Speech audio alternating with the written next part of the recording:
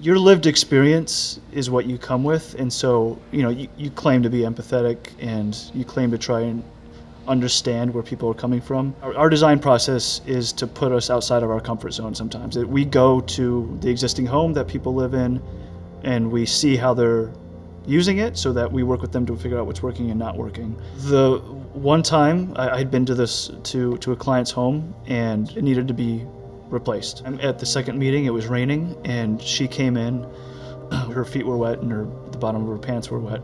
I said, "Oh no, did you step in a puddle?" And she said, "No, when it rains, my kitchen has water in it. I just had to walk through water to get out of my house." The fact that we're dealing with those kinds of realities is really striking. And yes, she's getting a new house, but the home that she designed, she's so proud of that she's never going to have that problem, anything like that. The problems that she's going to face are going to be, hopefully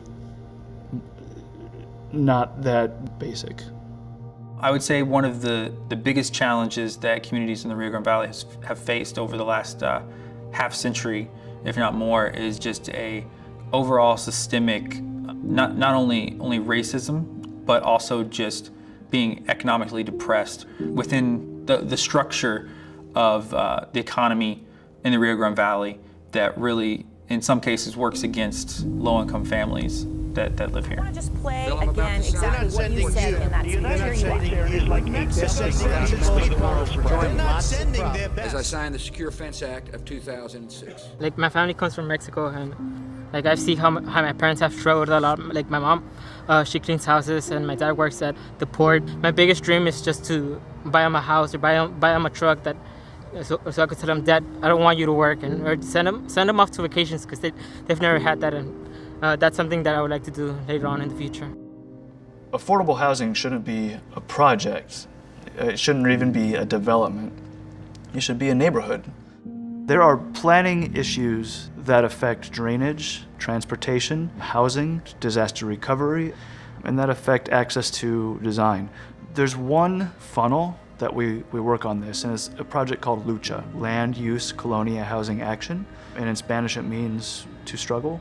So our goal is for residents to be informed enough to advocate for change. It's a community-based curriculum of technical ideas, simplified.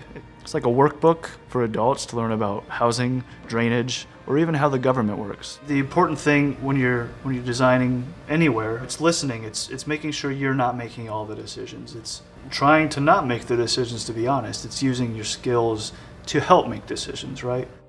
In one word, how would you describe the Rio Grande Valley? Hopeful. Everyone, regardless of status or income, has a very promising future of their community. It's culture. I mean, it's family. Yeah. You don't have to know each other. We're just family. If you want to look in a vacuum, the more people that are helping to create a place, the better it's going to serve the people who live in that place. It's important to think about it in that basic term for a successful way of thinking about design, but in the real world, not doing that is kind of ignoring some really important problems and some really important issues that society is facing, and design has a role to play. If we're not living up to that role, we might actually be making things worse.